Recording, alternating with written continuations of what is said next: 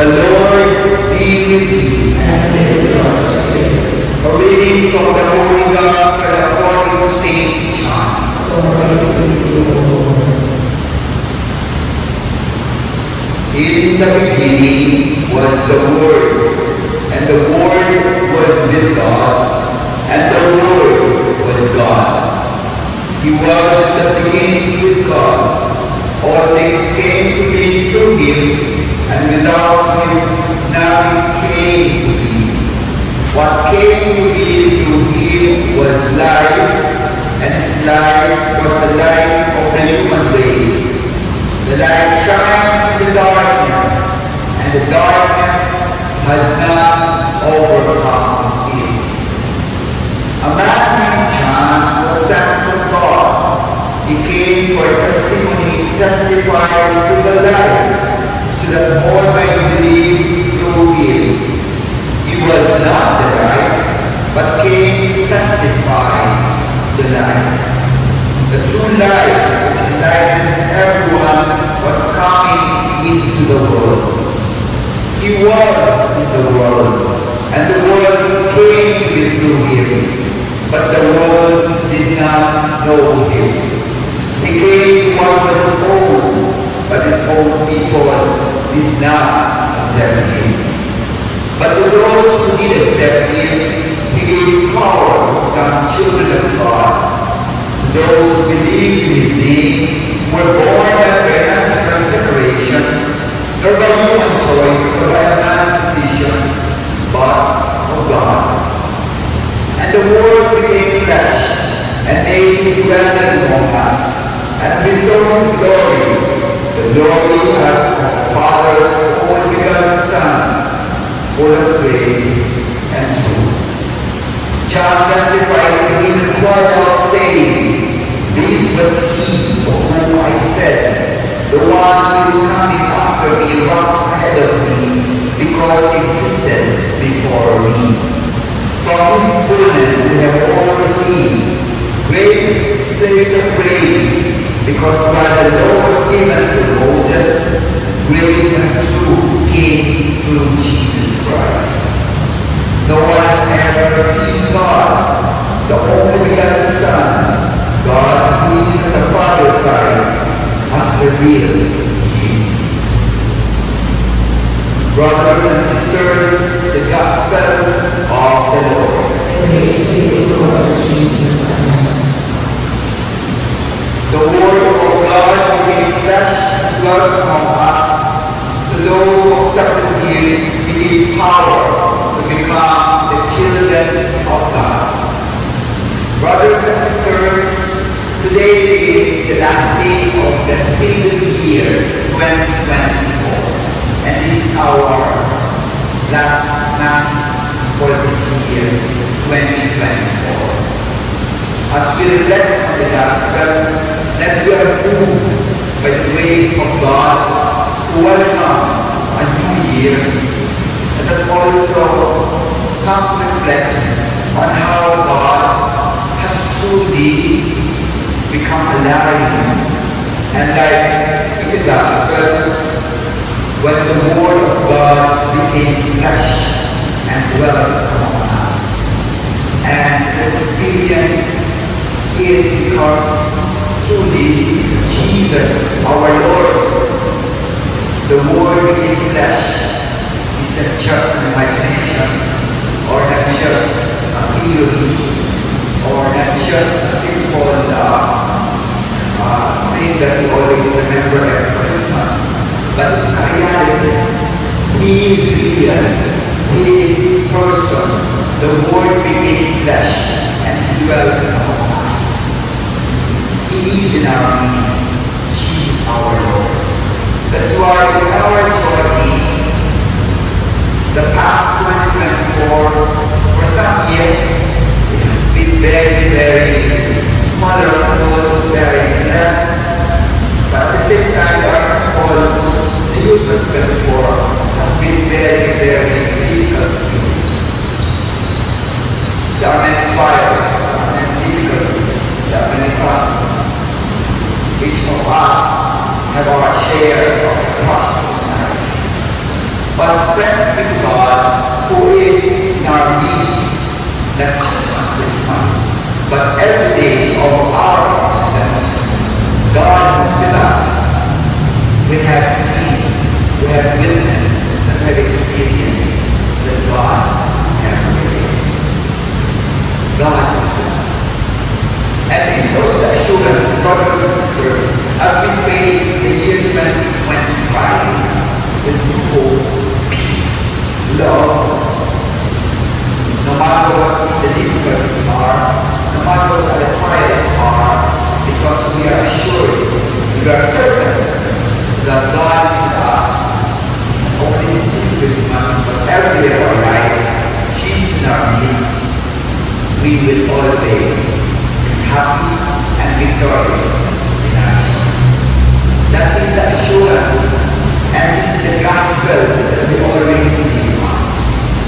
God is with us. God is with us. God is with us. Unfortunately, this reality, yes, it will never be doubted. God is with us. But the devil works also double time. And for the past year, and also the coming year, we are always surrounded by the works of the devil, the temptations, the bad things that are in our family, in our communities, around us. And if you are very keen to the first reading, it talks about Antichrist. There are many Antichrists. It was not just an anticipation of the coming of Antichrist, but has already come. It has appeared. And there are many Antichrists. Antichrists, those who are opposing, who are against Jesus Christ, and totally reject the ways, the doctrines, the teachings, the life, the witnessing of our Lord Jesus Christ, the Antichrist of today. And yes, they are part of our society. And that's a pity we are not prone of meeting them and encountering these Antichrist around us. I remember when we had a historic audience with Pope Francis in Vatican last September 2021. And Pope Francis, Holy Father, marked us the proliferation, the increased presence of worldliness around us, which is a concrete manifestation of the work of the Antichrist.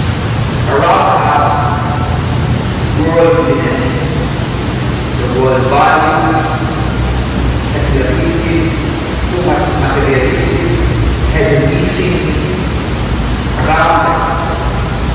And the Antichrist are moving, and Pope Francis has also challenged us, warned us that even in our own space, even in the church, even in our religious communities, even in the very place that we are already comfortable, the Antichrist, the spirit of worldliness, the spirit of materialism, the spirit of hate, violence, the work of the devil has already penetrated and come close to our home. And sad to say, many times we don't come and fight for what is true, good, and Christ-like. May this be a challenge for all of us, brothers and sisters, as we year 2025. Yes, there are many anti-Christ, but remember, God is with us. Be Christ-like. Like what in the Gospel of today, look at John. John came for his testimony to testify to the light so that all might believe through him. He was not the light, but came to testify to the light. The true light, which the light is everyone, was coming to the world. He was in the world, and the world came to live through him, but the world did not know him. He came to what was his own, but his own people did not accept him. Brothers and sisters, yes, around us, so that knowing you always hope, joy, peace, the presence of God, be Christ-like, instead of listening and also become a disciple of the Antichrist. Jesus in our midst, like John the Baptist, became the lights. Of course, our true light comes from our Lord Jesus Christ, and will always be dependent on His true light, on His brilliance, on His joy. Because let's continue to fight the devil, to fight the temptations around us. By ourselves, we cannot do it. We need grace. We need constant openness to God's will and also discipleship in Jesus. Because we also ourselves are weak, sinner, but we need the grace coming from the Lord. That's why this devotion that we have, daily Mass, reflecting on the Word of God, receiving the Holy Eucharist, every Mass, your silent prayer, your mental prayer, your sacrifices, your fasting. These are grace moments so that we can be strong in facing all the devil work around us. Because we become victorious by the grace of God. And also let us help one another as we also come to God, come to Jesus. We need one another. We need one another. We need one another.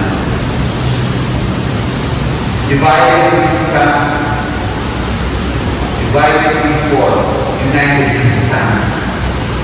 When two or three are gathered in Jesus' name, we become more and more brilliant, more and more committed, and more loving, and faithful and focused in Jesus' name. I'm not discussing it. I know why groups want to go increase. Many, and it's so easy, like fire, it's easy to spread. Because there are many people smoking, many people valuing. And then when it comes to goodness, sometimes to gospel values, makasalanan mo doon. Tapos tinutog siya, persecuted, they put down. Kapag kasamaan, ang dami-dami. Pero kapag kabutihan, ang konti, parang tao, sustenta, kung sa malita, parang tao, nakatuwa ko siya, kapag sila ay nandun sa forces of the dark, or forces of evil, that's why, brothers and sisters, we, as family of God, as Christians, let us be committed. Let us be in communal witnessing. Communal witnessing. Each one of us, yes, it is congregation, but also we believe that when we stand as a community United we stand, divided we fall. But in Jesus Christ, we will never fail. And truly, kung ang Antichrist, Donald Trump, brothers and sisters, by the grace of God, and truly, in our openness to the will of God, will always be victorious.